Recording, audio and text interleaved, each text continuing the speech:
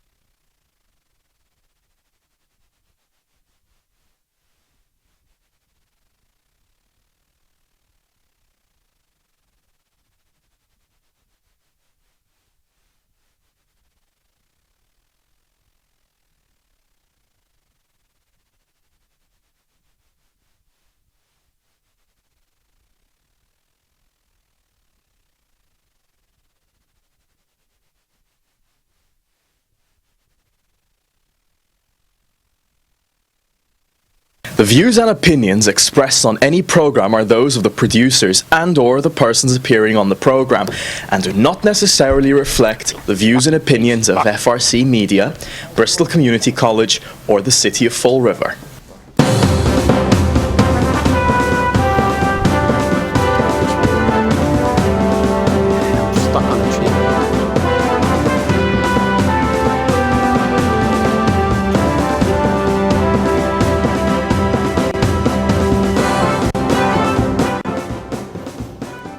And we're here with Chip.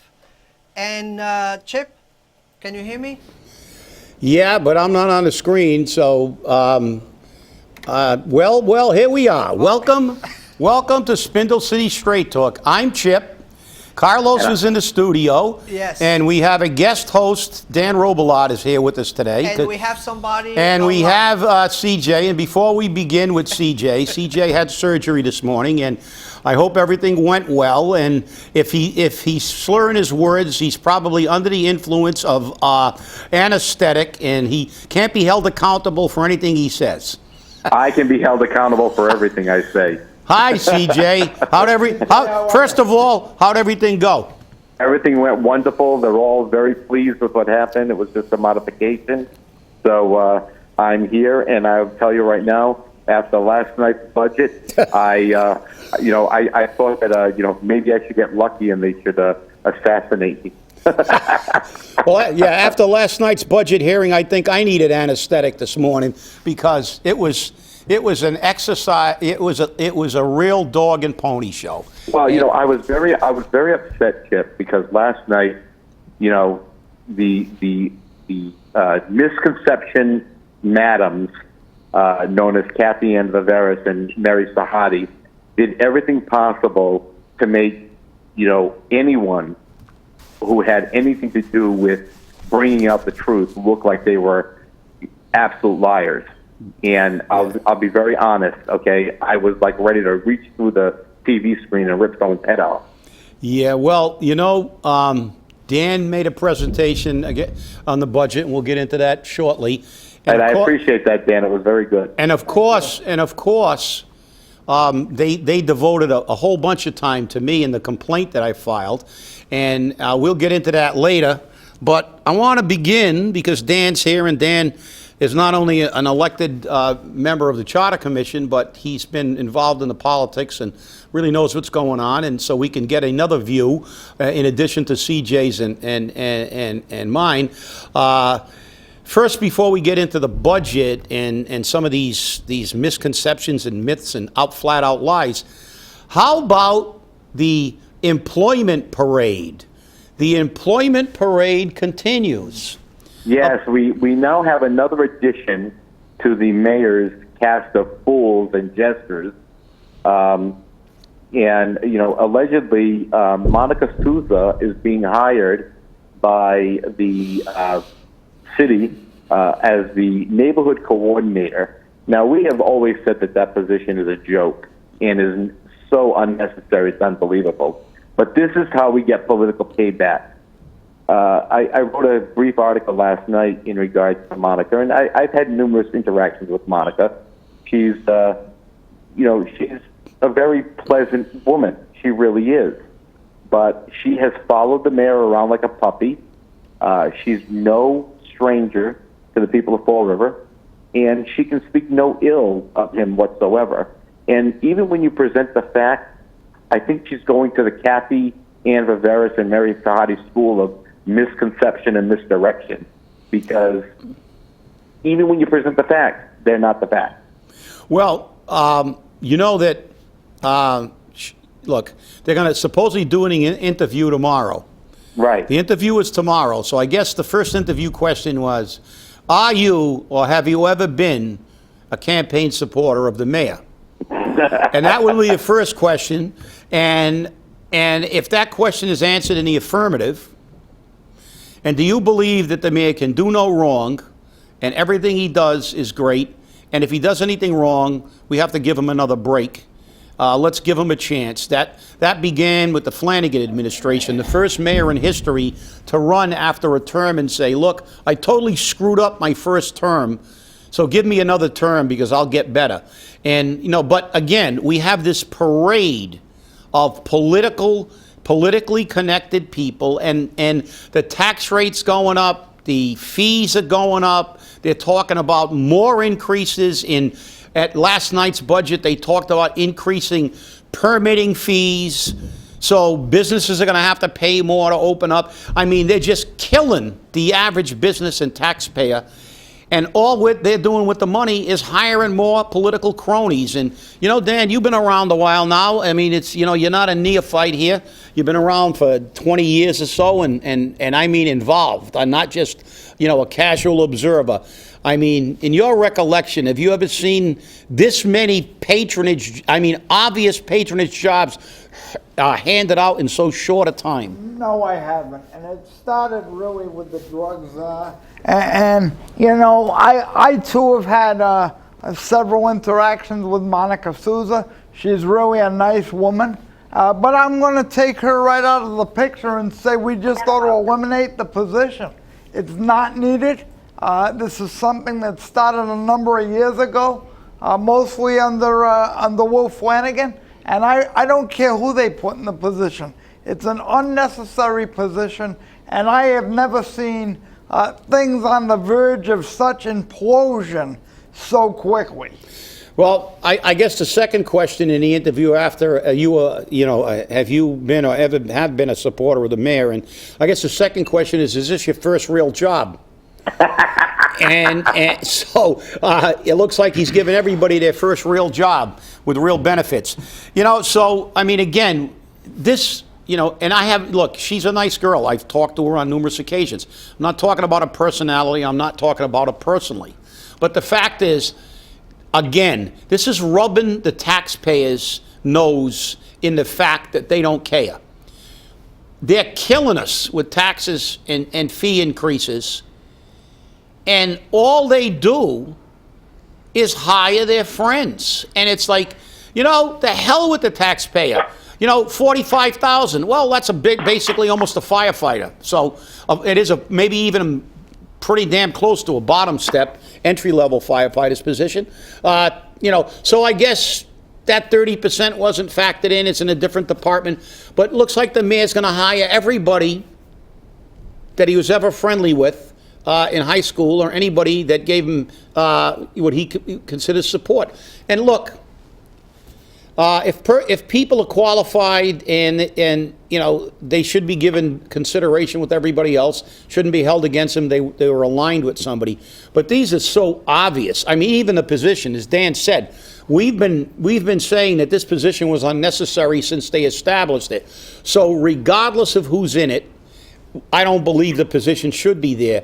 But now when you put in somebody that's so obviously tied to the mayor, it's just another, one on top of the other. And something, it shows the priorities. The priorities aren't public safety. The priorities aren't, we maintained it. Yeah, big deal. You spent a whole bunch of money and we haven't improved. We got no Indians have been put on, only chiefs and only political jobs. You have to remember. Thank you for calling the two employment agencies. If you've never worked before, we have a job for you. Now, CJ, let's get into the budget. This budget wasn't just rejected, it was slammed. It was a motion to reject, not just no vote on the budget. A motion flat out. Let's put the rejection sticker on there, like when your car's engine falls out. The thing is that, and I reported on this earlier, the mayor was calling out through his minions, because he needs some plausible deniability, trying to cut deals with the swing votes on the council, and promising them just about anything they wanted. As a matter of fact, in one instance, I believe his minions asked, "What would it take to get your vote?" Now, we firmly believe, from our unconfirmed sources, that Steve Camara was given a deal, and his first vote was going to be no.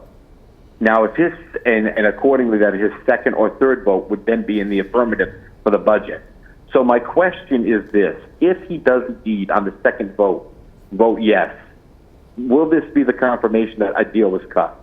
And it shouldn't be this way. It's 6-3, and we already knew that the Long and La Liberté LeBeau and Joe Camara votes were in the bag. We knew that already. That wasn't a question whatsoever, because Joe has never voted no on a budget if it was going to result in a 1/12 budget. That's his history. That's his record. Steve Long has continuously said nothing wrong about this budget, and Pamela Liberté LeBeau is just sitting there like, oh yeah, this is wonderful. I have concerns, but I'm going to vote for it anyways. Yeah, you're right. But let's get down, as you said. They will be attacking any councilor that voted against the budget, and they attack anybody. And Pamela Liberté LeBeau said at the council meeting yesterday, well, I got a letter from Mr. Camara, and I got a letter from Kathy Ann, and I don't know who to believe. Well, Pam, who's been before that council a bunch of times and presented figures that were never, ever in error? Was it Kathy Ann? Kathy Ann's made 17,000 errors in the last fiscal year. Right. And none of their figures ever get proven to be right. So you don't know who to believe? Well, you should have kept your mouth shut and waited for the hearing, because I am looking forward to the hearing. Because Kathy Ann not only misrepresented things in her letter, and I will respond to that letter, paragraph by paragraph once I get the evidence that I can send with what I'm saying to prove again, as I always do, that she's lying, not making gross misrepresentations. She flat out lied when she said yesterday that the Insurance Advisory Committee sets the rates. Number one, Kathy, what's the second word in the name of that committee? Advisory. Have you ever seen an advisory committee that has the power to make any kind of action? No. And if you read the law that was attached to the complaint, assuming you have the capability to read it, it stipulates right in there that the Insurance Advisory Committee shall be notified of any changes, and then they make a written recommendation on any change. Recommendation. And I will tell you, and I'm going to say this in front of the city council, and I'm going to say it in the letter to the city council. I was on the Insurance Advisory Committee as an active employee for 24 years. I was not only on the board, I was the first elected chairman and remained the chairman till I no longer was the president of the Firefighters Union and wasn't an active employee. Never during that 24 years was the Insurance Advisory Committee even asked for any input or what they thought about a contract renewal increase from a consultant. Never. And then I called Joe Castro, the present chairman, who was a police officer and a very honest guy, and I said, have you ever been asked what you think the increase should be in the renewal? And he said, absolutely not. So number one, even if you did ask, it's illegal for us to set the rate because we're an advisory board. So have you set a new policy? You said that at the end of the tape that you like to refer to. But the fact is, I didn't even respond to it because it was so ridiculous. Yeah, it didn't even deserve a response, like we set the rate. But I can tell you one thing, in my 24 years as chairman, there were numerous times when the Insurance Advisory Committee made recommendations, not on rate renewals, but on other issues. And you know what the answer was in every single case? You guys are only advisory. We're not going to do that.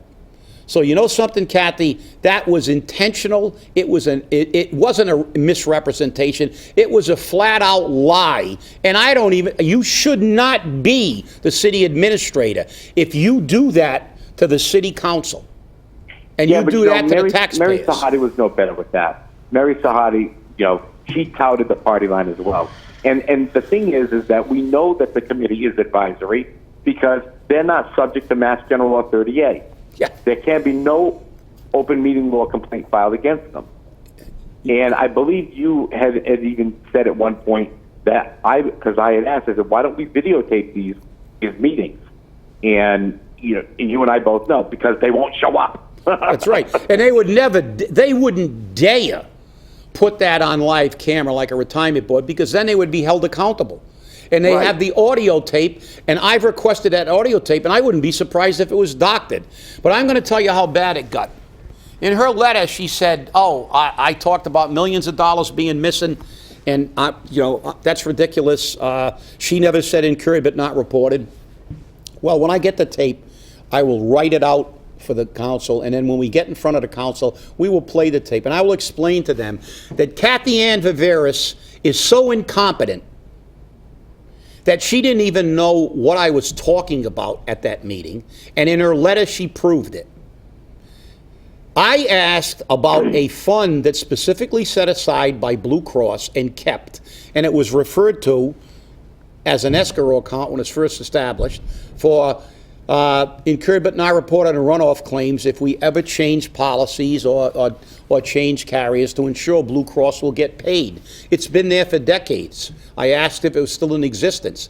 Apparently, Kathy Ann had no idea what I was talking about and said, no, we pay quarterly.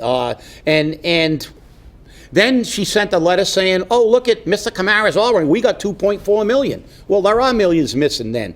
Because I spoke to Mr. Gupta this morning, and he affirmed what Blue Cross told me, that there's $7.4 million in that account. So there's $5 million missing in what you said, and now you're going to say, whoops, I was talking about the wrong account. Well, you're in an IAC meeting talking to IAC people, and I made it very clear because I turned to Paul Ferreira, who was a 20-year member of that committee with me, and said, do you remember when we negotiated how many months and had to renegotiate how many months Blue Cross would keep in the fund?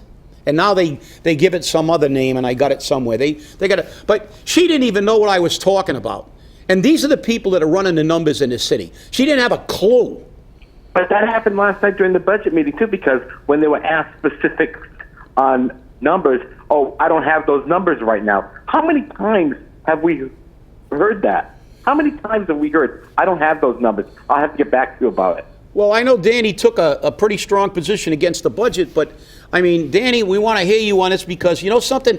I mean, when you get up in front of a budget hearing, not the first one, the third one, basically, and talking about a budget that their numbers are in question, our financial team can't give the city council an answer Well, guess what?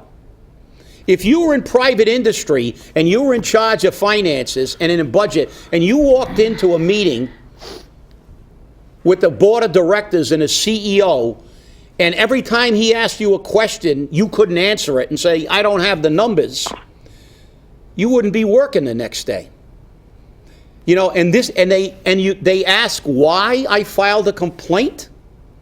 We can go back 25 years to when we won. I mean, they're, as I said in my complaint, their record is abysmal. And she tried to distort everything to defend herself, and all she did was prove. I haven't received that letter yet. I was told by a counselor that she stipulated 2.4. Mr. Gupta knew all along how much money. These people sit in insurance advisory committee meetings and they don't have a clue. They sit in city council meetings on the budget and they don't have answers on the budget. So I don't know, Danny, as a man who spoke out against the budget, what's your spin on this? Well, first of all, Chip, once again, you've made the case for the need for a complete forensic audit. Okay, just on this issue, we could use a forensic audit. And again, now Mary Sahadi has a long history with this city, and we know that when she was doing the audits for this city, her firm was sort of lambasted by a court, and they really didn't do an audit. So are we to believe Mary Sahadi's version of Fall River Fowey fuzzy math?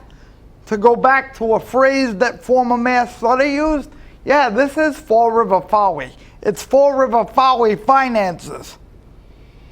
Oh yeah. Well, Danny, you're right. And I pulled one of the records of the testimonies in the 1991 grievance, and it was ironic. It was like deja vu. I was reading about how complex it is. The old consultant, Cook and Company, was talking about 32B3, 32B3A, 32B7, 7A, 8, 8A, and all these other things that come into play when you're budgeting, and interpretations of such, and you know how you budget and how we determine if they in actuality are meeting their 25-75 split.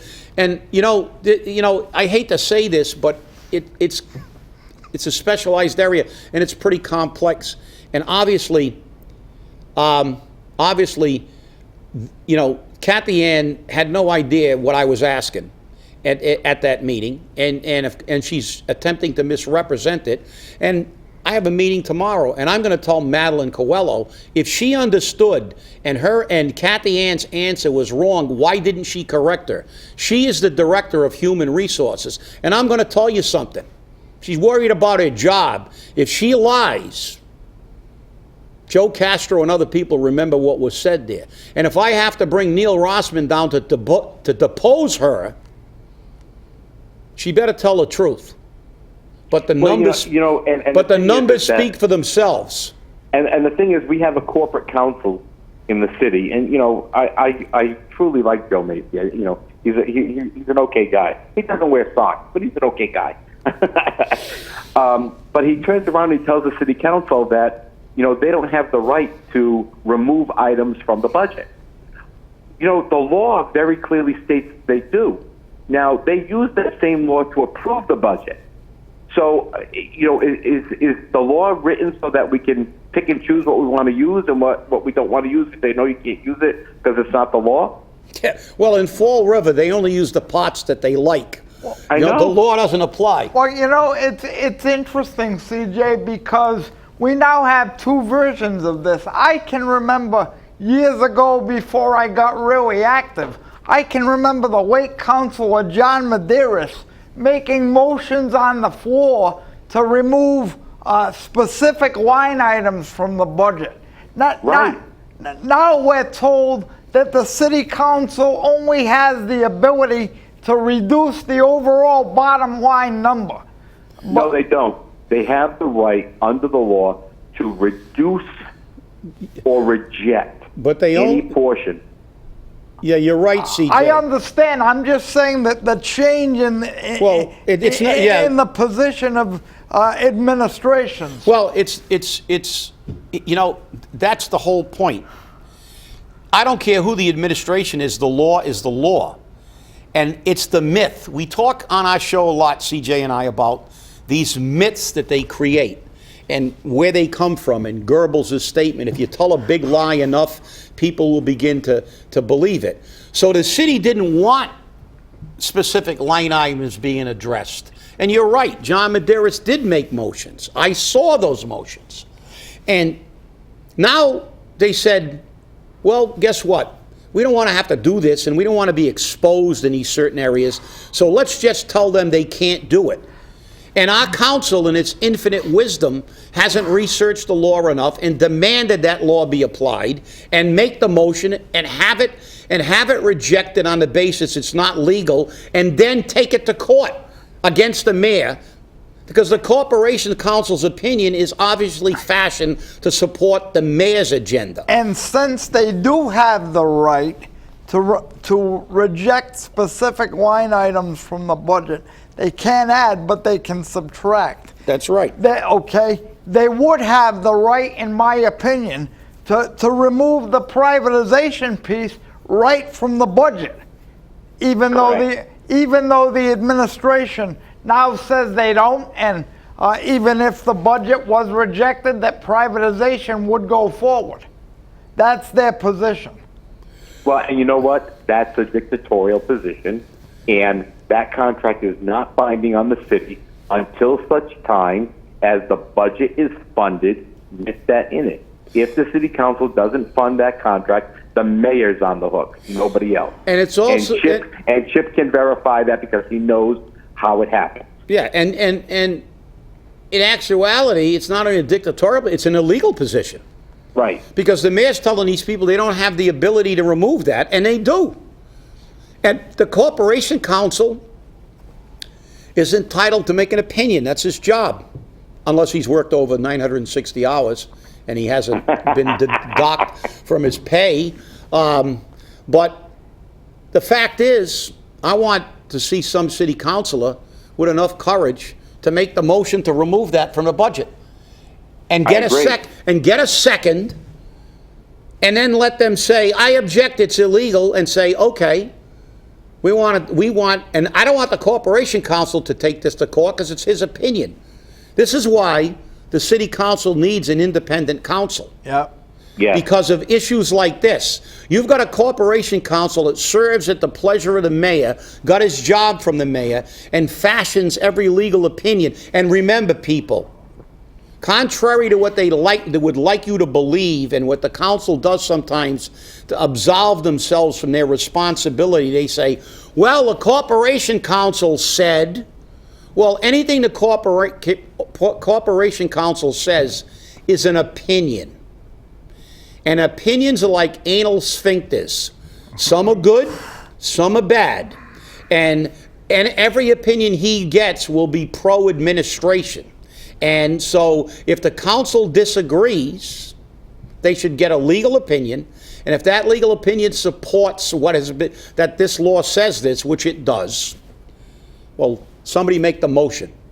But always remember, grow some cojones and make the motion. Get a second and see what happens, and let the city try to block you, and then take the mayor to court. And Steve Camara should remember this, because this practice was undertaken during the time that he was president, between 1994 and 96. Some people that are politicians, they suffer from a malady. It's a temporary malady sometimes, but it's called political amnesia. So they choose to forget certain things if it benefits their political stance of the day. And that's a common malady among politicians. So, the thing is that the law is the law, as CJ said. We've read that law. CJ's read it on the air, read it on our show. It seems pretty clear to me. And actually, not only clear, we actually saw it put into practice at one point in time in this city. Right. So what's the problem?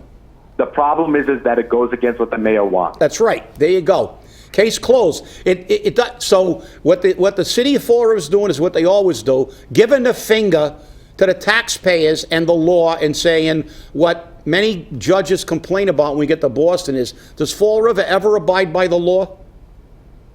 No, we don't. We know that. Fact of the But, matter you know, is, we're never going to get that across.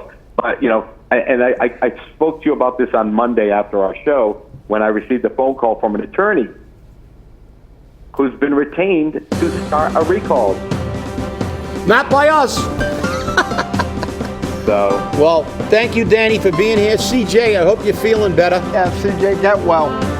Give me a call later on from your hospital. thanks for watching. I hope to see you on Friday. Stay angry, and you sound very lucid for a man under anesthetic.